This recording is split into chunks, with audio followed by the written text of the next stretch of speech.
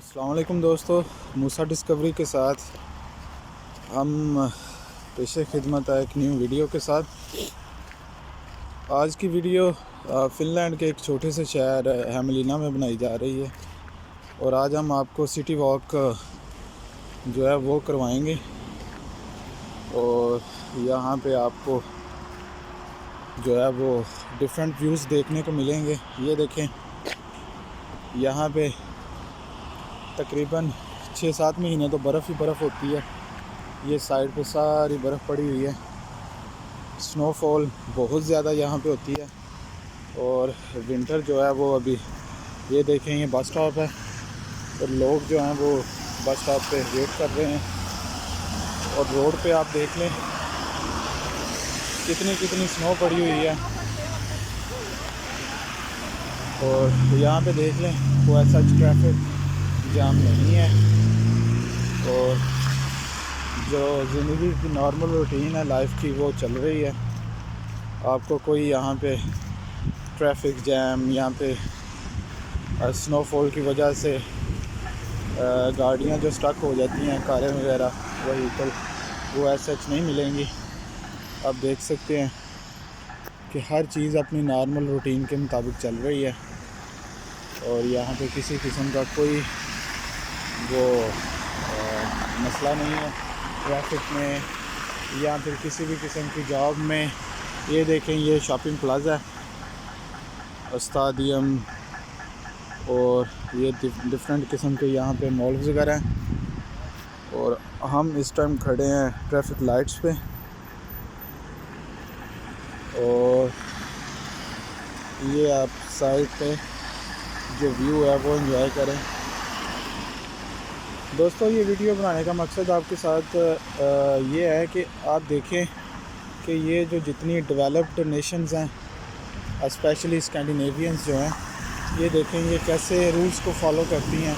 अभी मैं जो है वो राइट साइड पे जो पैदल है वो चल रहा हूँ और दूसरे जितने लोग सामने से आएंगे वो लेफ़्ट साइड से चलेंगे।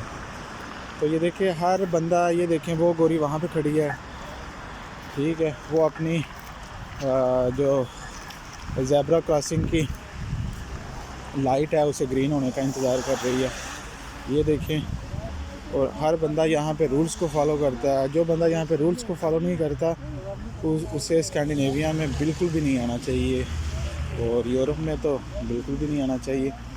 यहाँ पे जितने एजिड लोग हैं, ये देखें सारे जो है उनकी ये रूटीन बन चुकी है। और देखें यहाँ पे कितनी ये देखें साइड पे कितनी स्नो पड़ी हुई है। रात को स्नो पड़ती है और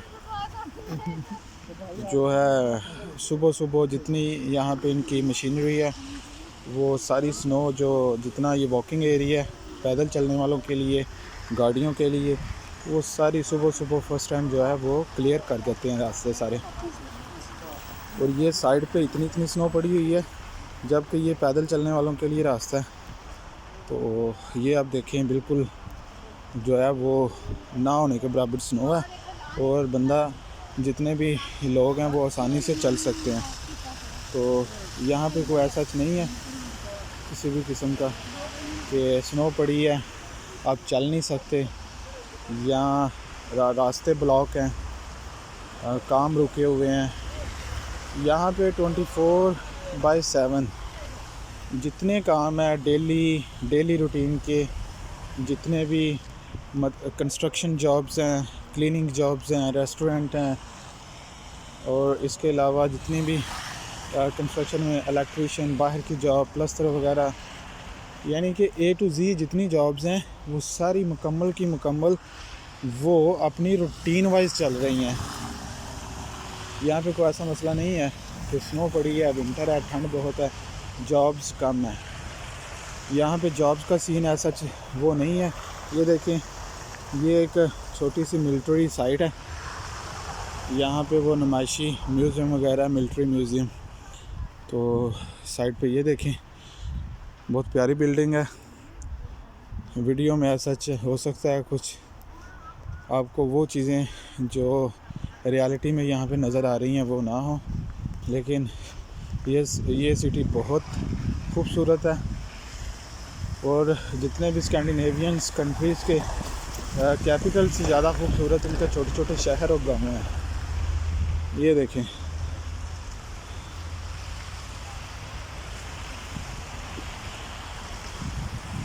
विंटर सीज़न की वजह से दरख्तों के पत्ते जो हैं वो तो बिल्कुल भी नहीं हैं, और जो जितने भी दरख्त हैं ये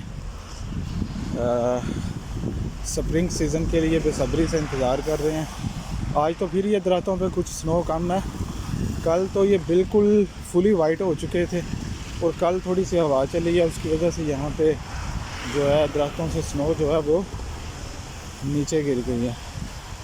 ये देख लें आपके सामने रूटीन वाइज जितनी भी ट्रैफिक है वो चल रही है। और अगर हम बात करें अपने पाकिस्तान की, वहाँ पे आपको सूरत का पता ही है। अभी रिसेंटली बल्कि आज सुबह ही मैं फ़ेसबुक पे देख रहा था कि मरी वाली साइड पे मालूम जब्बा ऊपर जहाँ पे बर्फ़ वगैरह काफ़ी ज़्यादा माइनस टेम्परेचर जाता है, वहाँ पे दोस्तों गाड़ियाँ आपस में फिर टकरा रही हैं। ठीक है, पूछने वाला नहीं है। पहले तो हमें उतना इल्म ही नहीं है कि हमें नॉर्मल टायरों के साथ ये स्नो वाले एरिया में नहीं जाना चाहिए, क्योंकि ये टायर वहाँ पे काम ही नहीं करते हैं। आपको स्नो वाले टायर, विंटर टायर जो हैं वो अलग से चाहिए। ठीक है, तो हम अपनी प्रेपरेशन के साथ, हम अपनी फुली तैयारी के साथ जाते नहीं वहाँ पे, हम ऐसे ही मुँह उठा के चले जाते हैं। पता नहीं ये काफ़ी इजी ले लेते हैं, फिर वहाँ पे जाके जो हशर होता है वो फिर जो है वो पूरी ज़िंदगी याद रहता है। ये देखें, जो मेरे आगे बच्चे जा रहे हैं, इन्हें अभी स्कूल से छुट्टी हुई है।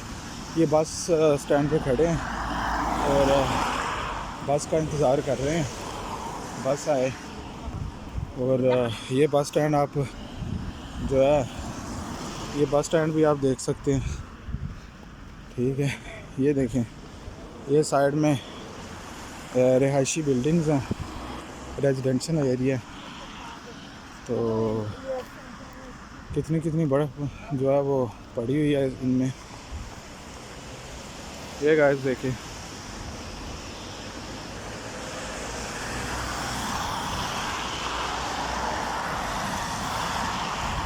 और अगर आप स्कैंडिनेविया में, स्पेशली फिनलैंड में मूव होना चाहते हैं तो आपको इस तरह के वेदर का सामना करना पड़ेगा, और बहुत ही स्ट्रॉन्गली सामना करना पड़ेगा।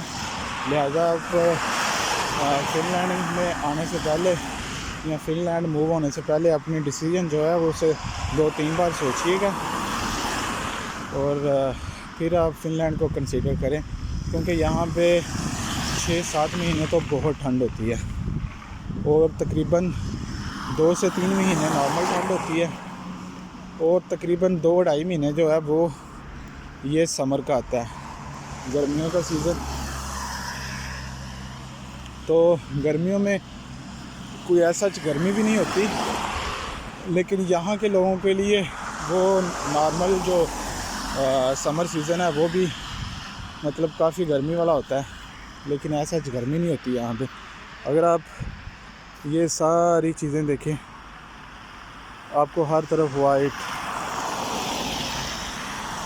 और ये सारे दरख्त, इवन कि यहाँ पे जो बाईसाइकिल है ना, इनकी साइकिलें वगैरह जितनी हैं, उनके टायर भी जो है वो इन्होंने विंटर टायर लगाए होते हैं। ठीक है, तो विंटर टायर ना हो तो यहाँ पे साइकिल आप नहीं चला सकते। और हाँ, अगर आप यहाँ पे जो कानून को फॉलो नहीं करते, लॉ को फॉलो नहीं करते, तो आपके लिए फिनलैंड जो है वो, आपको कभी भी फिनलैंड नहीं आना चाहिए।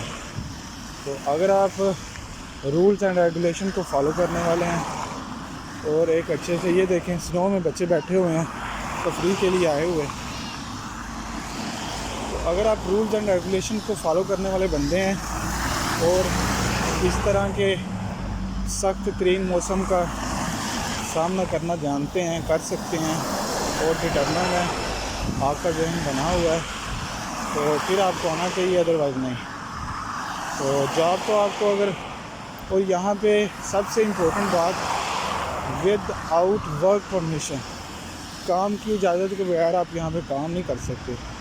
जैसा कि आप यूके में, फ्रांस में, स्पेन में और जर्मनी वगैरह, यहाँ थोड़ा बहुत आप किसी और कंट्री में कर सकते हैं, यहाँ पे ऐसा चलाव नहीं है, यानी कि कैश इन हैंड जॉब वाला। तो यहाँ पे आपको जितने घंटे अलाउड हैं उतने घंटे ही करना है। अगर आपने ट्रैफिक जो है, ट्रैफिक रूल्स फॉलो नहीं किए और अगर आपका चालान होता है तो वो आपकी सैलरी के मुताबिक होगा। यानी कि अगर आप 2000 यूरो पर मंथ कमाते हैं तो आपका जो चालान है वो 2000 यूरो के मुताबिक होगा। अगर आप 4000 कमाते हैं तो फिर और ज़्यादा चालान होगा। तो इस वजह से यहाँ पे ये इनका हर डिपार्टमेंट, ईच एंड एवरीथिंग यहाँ की इमिग्रेशन के साथ मुंसलिक है। ये इंटरकनेक्टेड है एवरी डिपार्टमेंट। तो यहाँ पे आपको कानून की पासदारी हर सूरत हाल में करना पड़ेगी। अदरवाइज़ अगर आप स्टूडेंट वीज़े पे हैं, वर्क वीज़े पे हैं या फिर किसी भी और स्टेटस पर हैं और आप कानून को फॉलो नहीं करते तो ये आपको बहुत जल्द जो है वो वापस आपके कंट्री में डिपोर्ट कर देंगे। और इवन के यहाँ एक ऐसा भी वाक़या रोनमा हुआ है कि पाकिस्तान से कुछ 3 स्टूडेंट्स थे, एक एजेंट के थ्रू आए हुए। तो उन एजेंट ने क्या किया हुआ था, उनकी एक बंदे की स्टेटमेंट ओरिजिनल थी, बैंक स्टेटमेंट, और दूसरा जो है वो उसने एक बंदे की ओरिजिनल स्टेटमेंट लगा के दो की फ़ेक स्टेटमेंट लगाई हुई थी। ठीक है, सिर्फ एक की ओरिजिनल थी।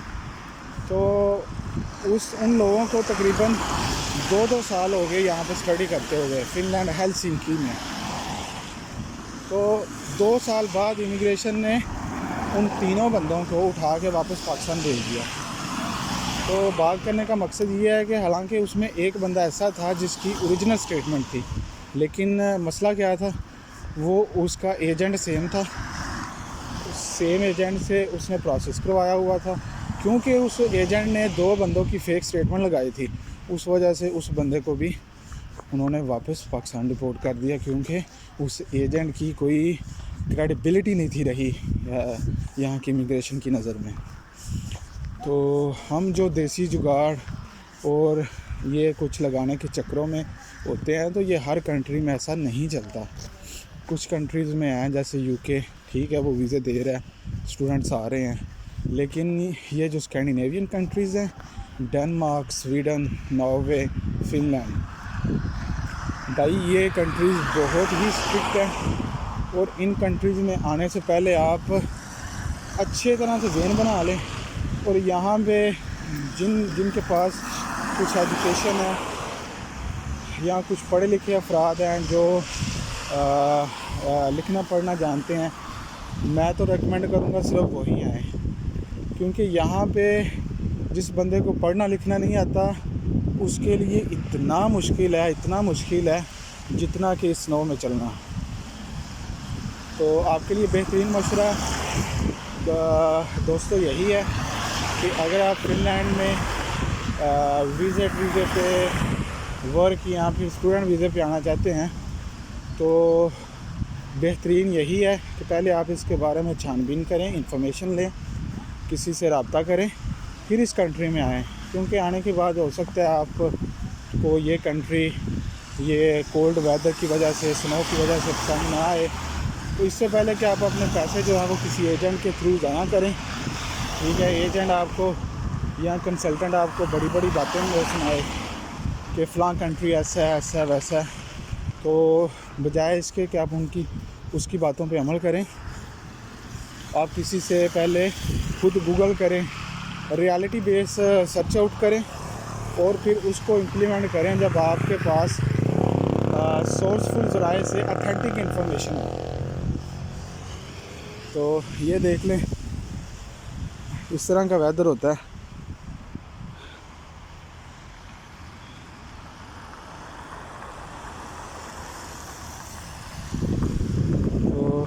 नाज़रीन यहाँ पे आपको you have to follow rules and regulation.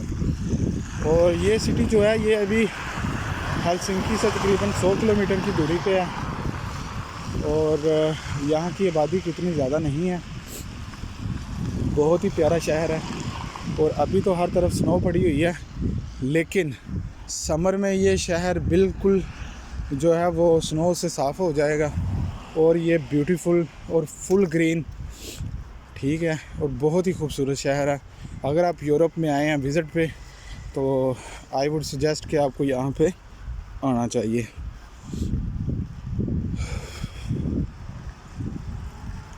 और इसके अलावा नाज़रीन अगर आप यहाँ पे कोशिश करें जब आप पाकिस्तान से आएँ या इंडिया, नेपाल, बांग्लादेश, जहाँ से भी आप हैं, तो आपके लिए बेहतरीन सजेशन यही है कि आप गूगल करें। इनकी बहुत सारी यूनिवर्सिटीज़ हैं जिनकी रिक्वायरमेंट बिल्कुल जैसे यूनिवर्सिटी की यूके की कुछ यूनिवर्सिटीज़ हैं, ठीक है, उनकी तरह बिल्कुल नॉर्मल रिक्वायरमेंट्स हैं। आपके पास आइट्स 6.0 आइट्स बैंड स्कोर होना चाहिए, यानी कि आइट्स का जो लैंग्वेज सर्टिफिकेट है वो। इसके अलावा टॉयफल और डिलिंगो भी चल जाता है, पीटी भी चल जाता है। और आपके पास जो है वो आप डिग्री प्रोग्राम में आना चाहते हैं, ग्रेजुएट, अंडर ग्रेजुएट, जिसमें भी आना चाहते हैं, अपने डॉक्यूमेंट्स जितने एजुकेशनल आपके पास असनाद हैं, सर्टिफिकेट्स हैं, उन्हें सारे अटेस्ट करवाएं और साथ में आपका लैंग्वेज सर्टिफिकेट होगा। और इन्हें किसी भी यूनिवर्सिटी की वेबसाइट पे जाएं, वहाँ पे ईच एंड एवरीथिंग मेंशन है, वहाँ पे इनका ईमेल एड्रेस मेंशन है। आप इन्हें सारे डॉक्यूमेंट्स ईमेल करें और इनटेक देखें कि वहाँ पे कौन सी इनटेक है, आपने कोर्स कौन सा सिलेक्ट किया है, आपको कहाँ पे आना जो है वो कौन सा कोर्स है, लोकेशन। स्पेशली जब आप फिनलैंड में यूनिवर्सिटी सर्च करें तो आप लोकेशन देखें कि मुझे कौन सी लोकेशन पे जाना है।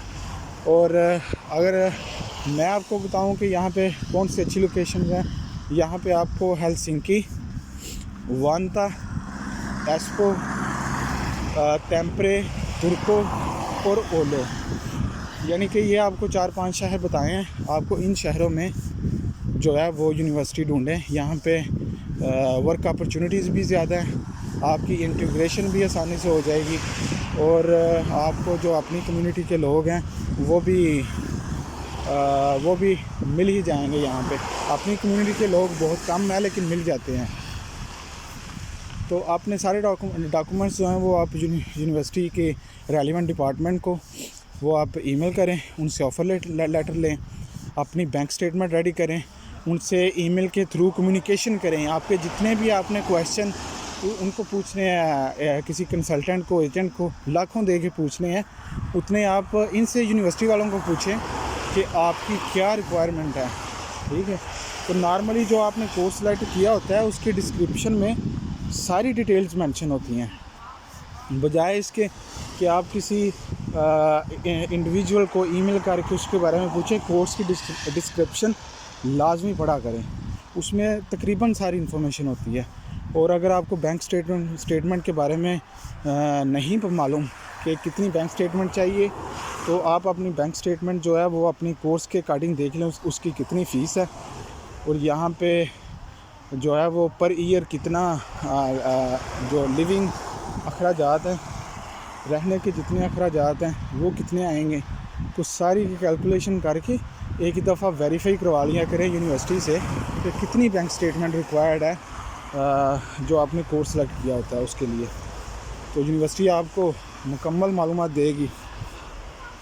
तो जब आपके पास ये सारी चीज़ें मुकम्मल हो जाएं, यूनिवर्सिटी आपको ऑफ़र लेटर देगी, फिर यूनिवर्सिटी आपको कंफर्मेशन ईमेल देगी कि आपकी एनरोलमेंट जो है वो डन है।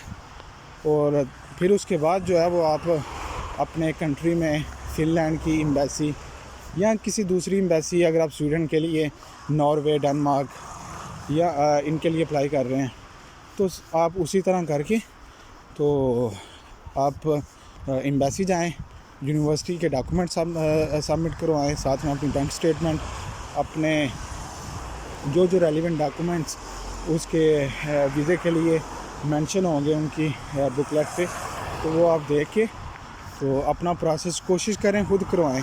यकीन माने यहाँ पे हेलसिंकी में काफ़ी ज़्यादा स्टूडेंट्स ऐसे मिले हैं जिनको मैं खुद पर्सनली जानता हूँ, जिन्होंने कोई कंसल्टेंट, कोई एजेंट, कोई किसी को हायर नहीं किया और उन्होंने कम्प्लीटली खुद अपना सारा प्रोसेस किया और यकीन माने 8 लाख में, 10 लाख में, 12 लाख में जितनी उन्होंने फ़ीस पे की है, ठीक है, उसमें पे करके और अपना टिकट लेके और वो फिनलैंड में बैठे हुए हैं। तो वो कैसे बैठे हुए हैं? वो भी इसी तरह बैठे हुए हैं, ठीक है। तो बेहतर ये है कि आप अपने पैसों को सेव करें, वही पैसे आपके यहाँ पे काम आएंगे, ठीक है। तो अपना प्रोसेस खुद करें, इससे आपको एक्सपीरियंस भी आएगा और आप फ्यूचर में अपने दोस्तों और रिश्तेदारों या किसी भी रिलेटिव्स की जो है वो आप हेल्प आउट वीज़े के मामले में और यूनिवर्सिटी में के एडमिशन के प्रोसेस में आप हेल्प आउट कर सकते हैं। तो यहाँ पे कुछ घर इस तरह से होते हैं, ये आप देख रहे हैं वीडियो में, ठीक है।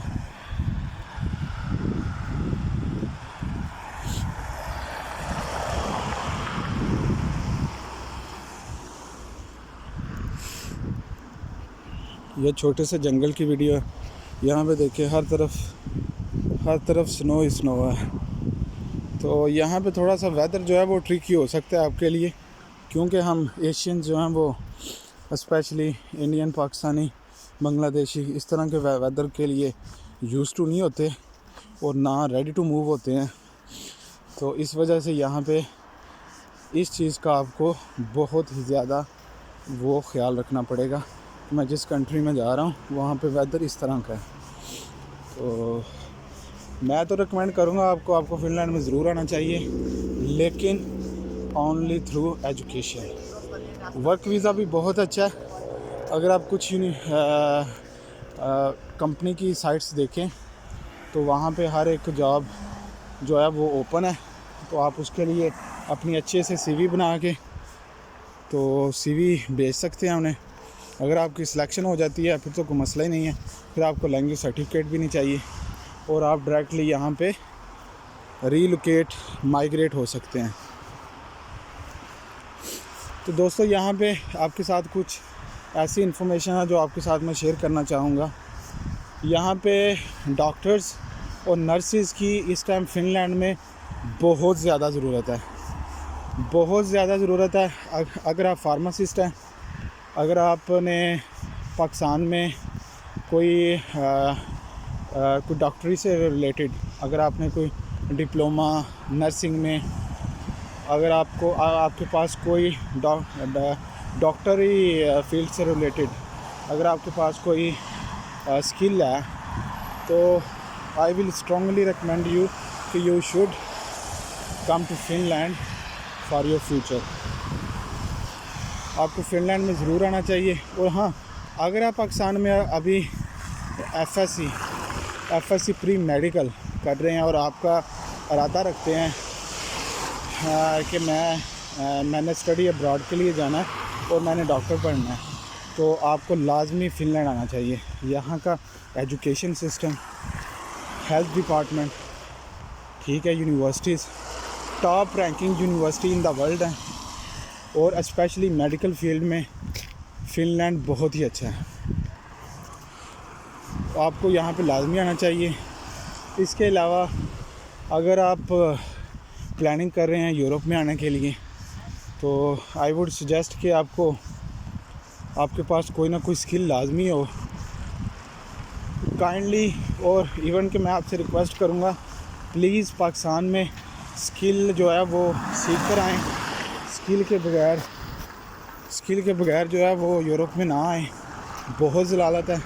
काम तो आपको मिल जाएगा स्किल के बगैर भी, लेकिन आपको जो बेनिफिट्स हैं, जो आपका टाइम है, वो बहुत ज़्यादा वेस्ट होगा। तो इस वजह से पाकिस्तान में कोई ना कोई स्किल सीख कर आएँ।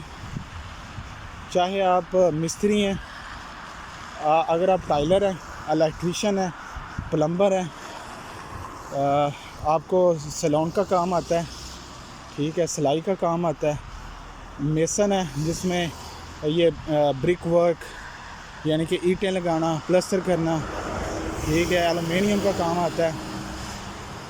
इसके अलावा अगर आप शेफ़ हैं, होटलिंग जानते हैं, ठीक है, इस तरह की जितनी छोटी छोटी स्किल्स हैं, छोटी तो नहीं है, तो बहुत कारआमद और बहुत उम्दा स्किल्स हैं।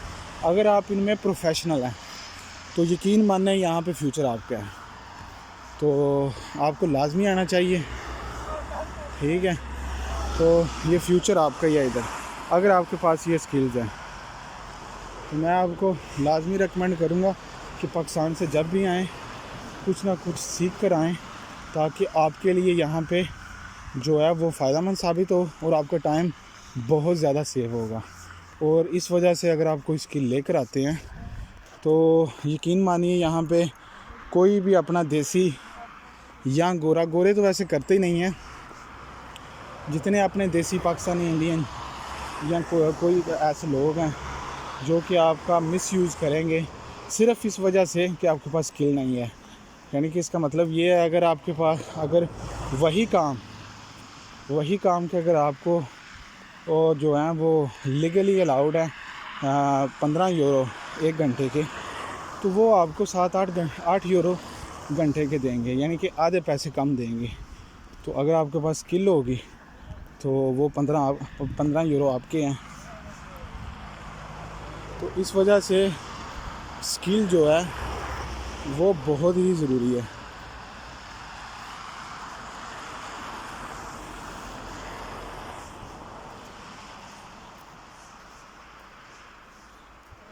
नाज़रीन, यहाँ पे जो वेदर है वो आपको तकरीबन, ये अभी दिन का टाइम है और तकरीबन 2 का टाइम है दिन का, और आप ये सूरत हाल देख लें, ये सेब लगे हुए हैं और बर्फ़ के साथ ये तबाह हाल है।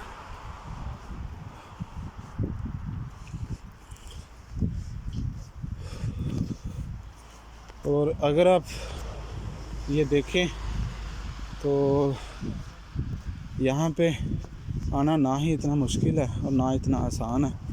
बहरहाल अगर आप थोड़ी सी मेहनत करें, अपने डॉक्यूमेंटेशन कंप्लीट करें, तो अल्हम्दुलिल्लाह आप बआसानी यहाँ पे आ सकते हैं, कोई ऐसा मसला नहीं है। इसके अलावा नाज़रीन आपको बताता चलूँ मैं कि फ़िनलैंड में तकरीबन अगर जो डे टाइम है विंटर में वो सिर्फ मैक्सिमम 6 घंटे बल्कि मैक्सिमम 5 घंटे रह जाता है, ठीक है। तकरीबन सुबह 9:10-15 पे जो है वो रोशनी दिखाई देना शुरू होती है और 3:30-4 बजे विंटर में जो है वो दिन गायब हो जाता है। 18 घंटे की रात वो सिर्फ 5-6 घंटे का नॉर्मली डे टाइम होता है, और डे में भी कुछ सूरत हाल ऐसी होती है, ये आप देखें।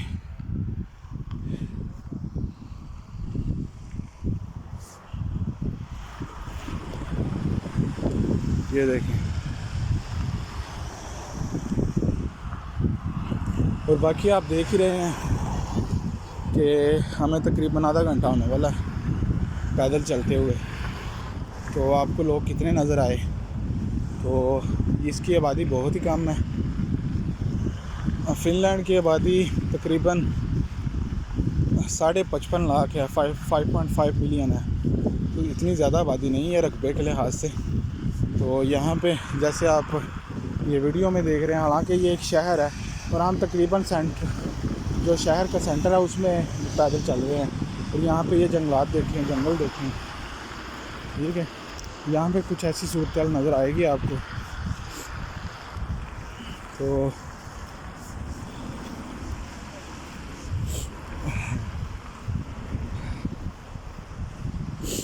ये देखें, कुछ साथ में इंडियन स्टूडेंट्स हैं और मैं जो है वो अकेला पाकिस्तानी, साथ में इंडियन स्टूडेंट्स हैं पंजाब से। ये बहुत ही अच्छे हैं, बड़े कोऑपरेटिव, और अल्हम्दुलिल्लाह हम एक साथ जो है बड़े अच्छे तरीके से यहाँ से चल रहे हैं और बड़ी खुशी हुई इनसे मिलके मुझे। ये देखें, इस तरह से आपको शहर के सेंटर में मिल रहा है। यानी कि यहाँ पे फ़िनलैंड का जो कुल रकबा है उसका तकरीबन 70% जो है वो जंगलात पे मुश्तमिल है, और सिर्फ 7-8% जो है वो जो रिहायशी इमारतें हैं जो रहने के काबिल है वो है। इसके अलावा कोई 10% पानी है, और इसके अलावा बाकी छोटे मोटे दूसरा रकबा है। ठीक है, यहाँ 70% जंगलात हैं। और यहाँ पे नाज़रीन फ़िनलैंड जो एक बहुत ही, अगर फ्रेश वाटर रिसोर्सेज की बात की जाए तो फ़िनलैंड का नंबर जो है वो यूरोप में पहला नंबर है, जिसके पास सबसे ज़्यादा पानी है। यहाँ पे लगभग 1,88,000 लेक्स हैं फ्रेश वाटर की, जो कि किसी दूसरे यूरोपियन कंट्री के पास नहीं है। और ये फुल ऑफ नेचुरल रिसोर्सेज से भरा हुआ है फ़िनलैंड। सिर्फ यहाँ पे एक ही मसला है, वो है ठंड, कोल्ड वेदर। और कोल्ड वेदर में भी आप ये वीडियो में देख सकते हैं, कोल्ड वेदर में ये देखें कैसे बसें चल रही हैं, कैसे ट्रैफिक है, वो आप वीडियो में देख ही रहे हैं। ये देखें कंस्ट्रक्शन का काम। कुछ लोग सोचते हैं कि मेरे पास मैं टाइलर हूँ, इलेक्ट्रीशियन हूँ, प्लम्बर हूँ, ठीक है, मैं ब्रिक लेयर का काम, प्लस्तर का काम जानता हूँ, मेसन हूँ, ऐसे हूँ वैसे हूँ, तो मेरा क्या बनेगा, कंस्ट्रक्शन की जॉब्स तो वहाँ पे होती नहीं है। तो ये आप अपनी वीडियो में देख लें, ऐसे का ऐसा सामान जो है वो ऐसा नहीं पड़ा हुआ। यहाँ पे कंस्ट्रक्शन जो है वो जारी है, कंस्ट्रक्शन यहाँ पे बिल्कुल हो रही है। और साथ में आप ये मशीनें देख सकते हैं, ये क्रेनें देखें, कंस्ट्रक्शन बिल्कुल यहाँ पे हो रही है। और आप ये सारा देख सकते हैं, वो देखें, ये सारे का सारा जो है वो सीमेंट और ईंटें वगैरह, ये ब्लॉक्स वगैरह जो रोड पे लगते हैं वो पड़ा हुआ है। तो नाज़रीन यहाँ पे ईच एंड एवरीथिंग है, लेकिन हमें जो है वो रियलिटी का पता नहीं होता, और हम बजाय इसके कि सर्च करें, हम जो है उस पे काम करने छोड़ देते हैं। वो देखें क्रेन मूव हो रही है, तो इसका मतलब है यहाँ पे काम जो है वो चल रहा है। वो आपके सामने है, वीडियो में देख सकते हैं आप। ये देखें नाज़रीन, यहाँ पे एक हॉस्पिटल जो है वो बिल्डअप हो रहा है, यहाँ पे हॉस्पिटल तमीर हो रहा है। ठीक है, तो हॉस्पिटल में क्या है, ये एक छोटा सा शहर है फ़िनलैंड का। तो आपने यहाँ पे आबादी भी इसकी कोई इतनी ज़्यादा नहीं है, लेकिन इसके बावजूद यहाँ पे देखें कि इतना बड़ा हॉस्पिटल ये बन रहा है कि अगर आप यहाँ पे ख़ुद देखें तो आपको अंदाज़ा होगा कि कितना बड़ा हॉस्पिटल है। और इतना बड़ा hospital such a small population.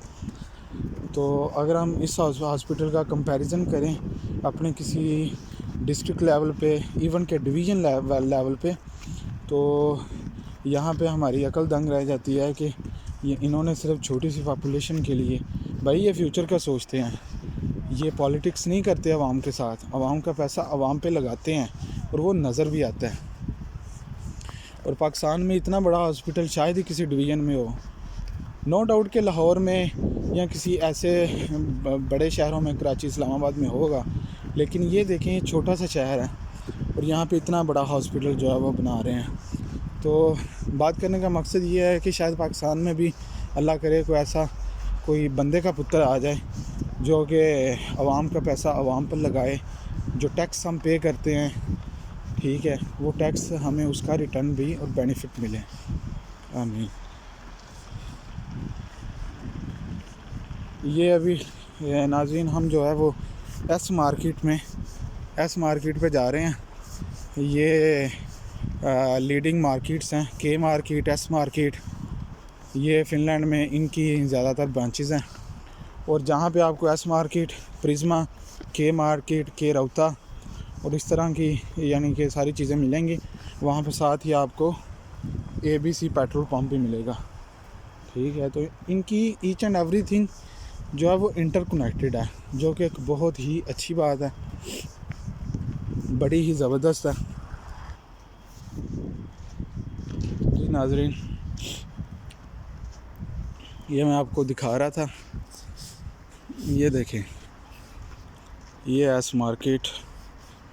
और मज़े की बात यह है कि जहाँ पे ये एस मार्केट होंगी वहीं पे आपको फार्मेसी, पिज़्ज़े की शॉप्स, होटलिंग वगैरह, ठीक है, पेट्रोल पंप्स और इस तरह की चीज़ें आपको हर जगह पे एक साथ मिलेंगी। जहाँ पे अगर आप थोड़ा सा दूर रह रहे हैं तो आपको जो है वो दूर किसी और लोकेशन पे जाने की ज़रूरत नहीं है। तो दोस्तों, जो इन्फॉर्मेशन आपके साथ शेयर की है मैंने, ये बड़ी ही ऑथेंटिक और ज़बरदस्त इन्फॉर्मेशन है, क्योंकि ये चीज़ें मैं सारी खुद यहाँ पे फेस कर रहा हूँ। मैं यहाँ पे मौजूद हूँ, तो आप ये सारी चीज़ें वीडियो में तो देख ही रहे हैं जो मैं बोल रहा हूँ। बाकी रियलिटी में जब बंदा यहाँ पे आता है तो हो सकता है कि 19-20 का, 18-20 का फ़र्क हो, क्योंकि हर इंडिविजुअल की एक अपनी कहानी होती है, हर एक के अपने नसीब, अपनी लक होती है।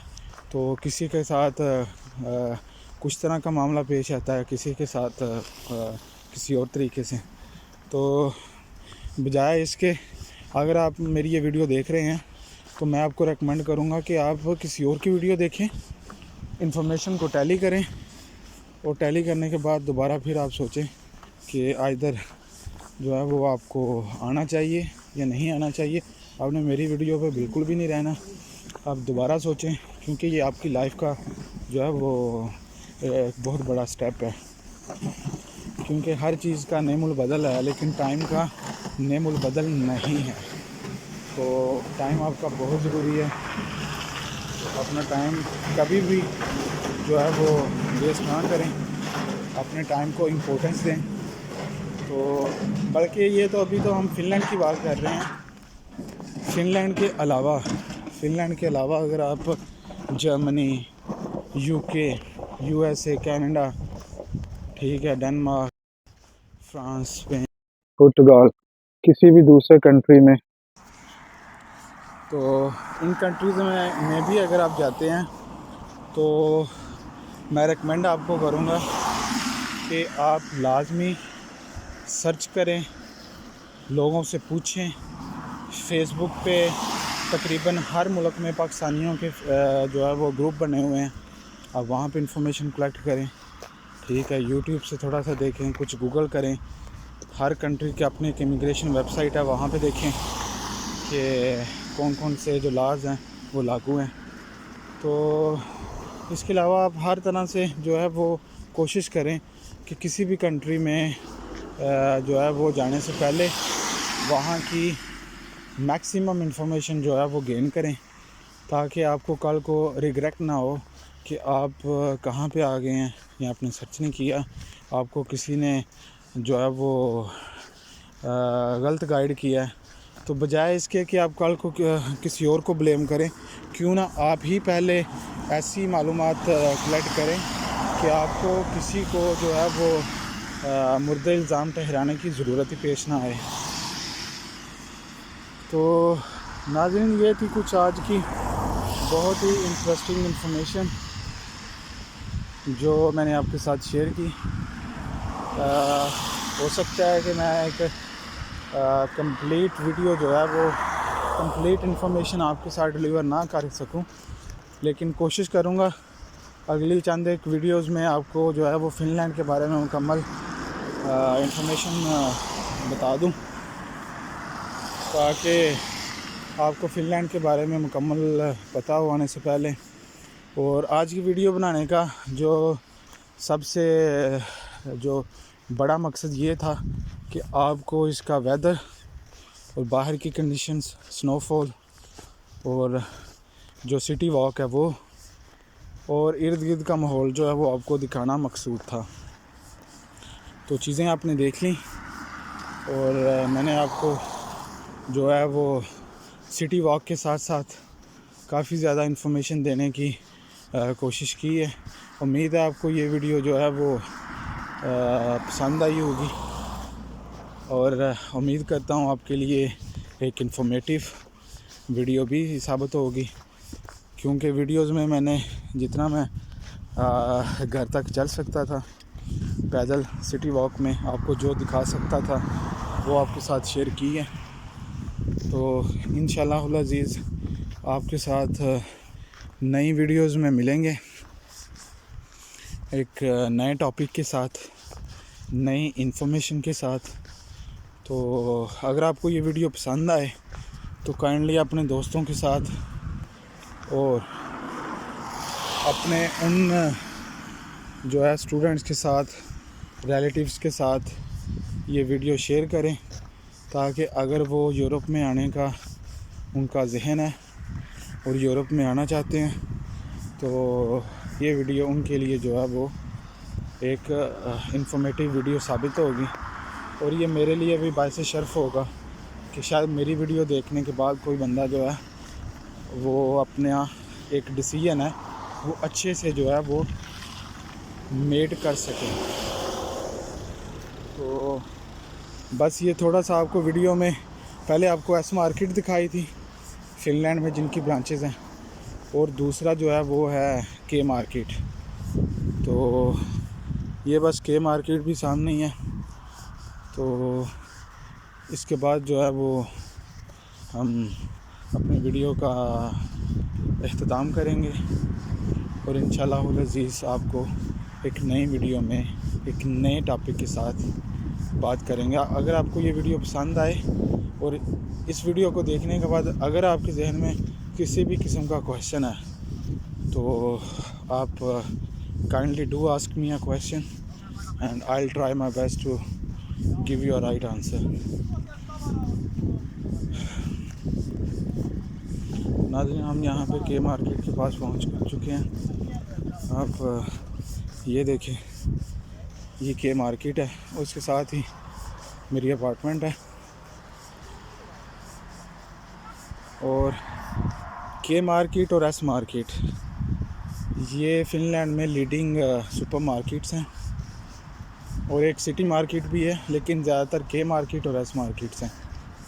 तो आप ये देख सकते हैं के मार्केट, और इसके साथ ही मिलते हैं एक न्यू वीडियो में एक नए टॉपिक के साथ। तब तक के लिए अल्लाह हाफ़िज़।